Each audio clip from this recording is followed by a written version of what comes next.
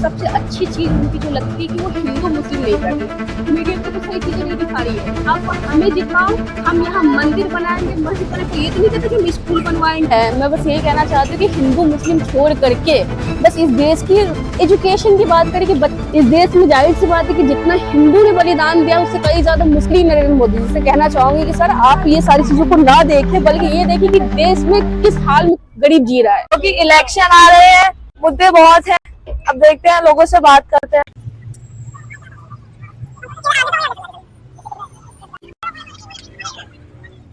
आपका शुभ नाम? नूरजहां। नूरजहां। तो आप यहाँ कितने साल से रहे? मैं तो 23 इयर्स से रह रही हूँ। मैं विधायक मनीष सिसोदिया के वो थे करके। अभी तो हमारी तरफ से खड़े हो रहे हैं अवध ओझा जी, तो बहुत अच्छे इंसान हैं। नहीं, हम तो फुल उनके सपोर्ट में, क्योंकि एजुकेशन के मामले में बहुत अच्छे हैं वो, हर चीज़ है। मैं तो चाहती हूँ कि हमारी तरफ से विधायक है, एमएलए ग्रुप में जो भी है वही आए। तो आप पढ़े लिखे हैं? हाँ, मैं एमए के स्टूडेंट हूँ, एमए कर रही हूँ से। Okay, that's such a good thing, क्योंकि हम स्लम में आए हैं, बहुत रेयर केसेस में हमें मिलता है कि पढ़े लिखे बच्चे।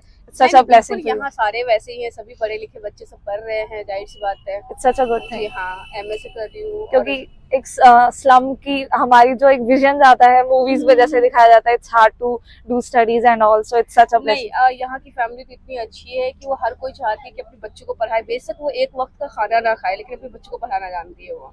और ऐसा नहीं है कि जाहिर सी बात है झुग्गी झोपड़ी में रह रहे हैं तो ऐसा कुछ नहीं है। नहीं, इट्स अ विजन और it's a good thing according to you. आप बहुत अच्छा काम कर रहे हैं, आप पढ़ रहे हैं, ये बहुत अच्छी बात है। आप कोई कमियां बताएंगे सरकार की? देखिए, मैं तो जैसे केजरीवाल सर हैं, तो उन्होंने बहुत अच्छा काम किया। अगर हमारे नज़रिए से देखा जाए तो उन्होंने अच्छी जगह पे, यानी बहुत ही अच्छा साफ सुथरा स्कूल बनवाया। उन्होंने हॉस्पिटल्स में इतनी सारी सुविधाएं दी हैं कि जाहिर सी बात है हम अफोर्ड नहीं कर पाते इतना प्राइवेट में, क्योंकि हमारी इतनी हैसियत नहीं है, क्योंकि बहुत ही मिडिल क्लास फैमिली से हम हैं, तो इतना नहीं। बहुत अच्छी सुविधाएं दी। जाहिर सी बात, मेरी अम्मी का ऑपरेशन मैंने प्राइवेट से करवाया, फ्री में, गवर्नमेंट के थ्रू। तो हर चीज़ हमारे लिए बहुत अच्छा है, हर चीज़ है। हम क्या कहते हैं, सड़कें देखिए यहाँ की कितनी अच्छी है, पढ़ाई हर अच्छी, सबसे ज़्यादा जो एजुकेशन है बहुत अच्छा है, हर चीज़। सबसे अच्छी चीज़ उनकी जो लगती है कि वो हिंदू मुस्लिम नहीं करते हैं। और हमें ना ये हिंदू मुस्लिम वाला देश नहीं चाहिए मैम। हमें यहाँ हमें एजुकेशन की ज़रूरत है। हम बेरोजगारी में जी रहे हैं, हमें रोजगार चाहिए, हिंदू मुस्लिम नहीं चाहिए। और यहाँ तो बस आए दिन हिंदू मुस्लिम, इसके अलावा कुछ सुनने को नहीं मिलता। और अभी देखिए हर जगह मतलब कहीं ना कहीं खाली आस्था को लेकर के आस्था को चोट पहुंचाई जा रही है, हर चीज की जा रही है। ये सारी चीजें नहीं चाहिए हमें। इस देश को यानी रोजगार की जरूरत है, यानी रोजगारी दी जाए। बेरोजगारी में जिंदगी नहीं जीना है हमें। अच्छी एजुकेशन की बात की जाए, लेकिन क्या है कि हर जगह खाली विवाद है, हिंदू मुस्लिम आतंकवादी क्या है, नहीं है ना। आप एक की वजह से सबको ब्लेम नहीं कर सकते। तो ये है हमारा एजुकेटेड यूथ। आपको डिफरेंस दिख रहा होगा, बहुत क्लियर है। बिल्कुल, हमें कोई दिक्कत नहीं। अभी यहाँ पे आप देख लीजिए, हम ना रहते हैं यहाँ पे बहुत कम मुस्लिम्स है, यहाँ पे ज्यादातर हिंदू है। हमें कोई दिक्कत नहीं है इतना, यानी जो कि हमारे मुस्लिम भाई हमसे इतना लगाव मोहब्बत नहीं करते जितनी हिंदू करते हैं, तब हम वो तो नहीं कह सकते ना। हमें तो कोई दिक्कत नहीं दे रहे, ना हम किसी को दिक्कत दे रहे, ना हमें कोई दिक्कत दे रहा है। लेकिन ना कुछ कहते हैं ना पढ़े लिखे जाहिल, या फिर जो वाकई में जाहिल है, दिखाती है जो हिंदू मुस्लिम की चीजों पे है कि मुस्लिम कहाँ कौन सा गलत कर रहा है, उसको यानी ज्यादा बढ़ावा दे रही है। मीडिया में तो कुछ सही चीजें नहीं दिखा रही है। जहाँ भी देखिए तो बस हिंदू मुस्लिम की चीजें, कोई मुस्लिम ने क्या किया, मुस्लिम ने आज ये कर दिया, मुस्लिम ने वो कर दिया, बस ये चीजें। एजुकेशन को लेकर कोई बात करता ही नहीं करता। इस देश में कितनी बेरोजगारी अभी हम देखिए झुग्गी झोपड़ी में है ना मैम। अब यहाँ वो हर घर तो अफोर्ड नहीं कर सकता ना।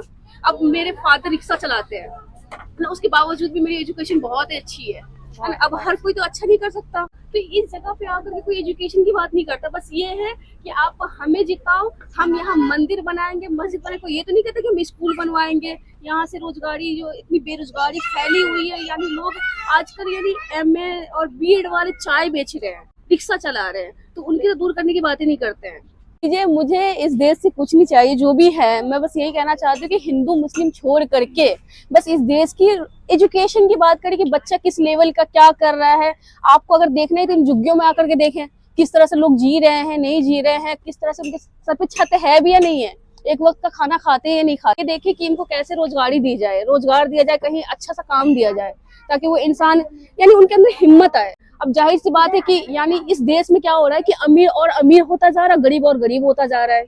आप ये तो नहीं देख रहे, बस आजकल ना बस सर सोशल मीडिया में खाली एक ही चीज दिखाई दे रही है। आप किसी को 100 रुपए का ले जाकर के कंबल दे दिए, अब उनको आप सोशल मीडिया पे मतलब वायरल कर दिया आपने, तो वो चीजें नहीं होती सर। आप इस चीज को दिखाएं, हमें ना इस देश में खून खराबा नहीं चाहिए सर। इस देश में जाहिर सी बात है कि जितना हिंदू ने बलिदान दिया उससे कई ज्यादा मुस्लिम ने अपना खून बहा करके इस देश को आजाद करने के लिए जद्दोजहद की है कि नहीं सर? ट्रू। तो आप जैसे कि इंडिया को हम जानते हैं यूनिटी इन डाइवर्सिटी के नाम से, पर जो हमारे कुछ चैनल्स बिक चुके हैं टीआरपी के लिए, बिल्कुल हम ये कहेंगे ना कि वाकई में गोदी मीडिया ही कहेंगे हम उन्हें। एक्चुअली बिल्कुल है कि नहीं मैम? गोदी मीडिया आप एक्चुअल में ये दिखाए कि हमारा देश किस तरह से जी रहा है, नहीं जी रहा है। आप बस ये दिखा रहे हैं कि हम बस यहाँ राम मंदिर बना दिए, हमने बाबरी मस्जिद को शहीद कर दिया, उस जगह पे नहीं। वाकई में हमारे यानी उस जगह पे भगवान हमारे बैठे हैं उस मस्जिद में। आप ये छोड़ के आप ये तो देखिए कि हमारे देश में लोग जी कैसे रहे हैं, किस हाल में जी रहे हैं। आप ये नहीं देख रहे, बस मस्जिद और मंदिर देखने पे लगे हुए हैं, उनको शहीद करने में। आस्था की चीजों को आप छेड़ क्यों रहे हैं?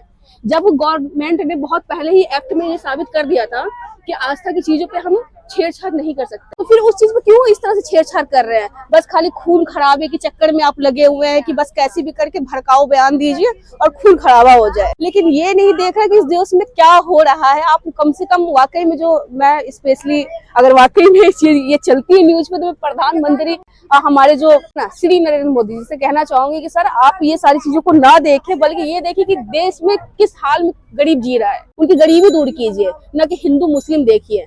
जब गवर्नमेंट ने बोलते हैं सुप्रीम कोर्ट से बहुत पहले लागू हो चुका है कि आस्था की चीजों को छेड़छाड़ नहीं करनी, फिर क्यों आप मंदिर मस्जिद के चक्कर में पड़े हुए हैं? चलिए ठीक है, अगर कोई देश में आतंकवादी आता है तो क्या हमने क्या है, हम चाहते हैं ऐसा नहीं ना।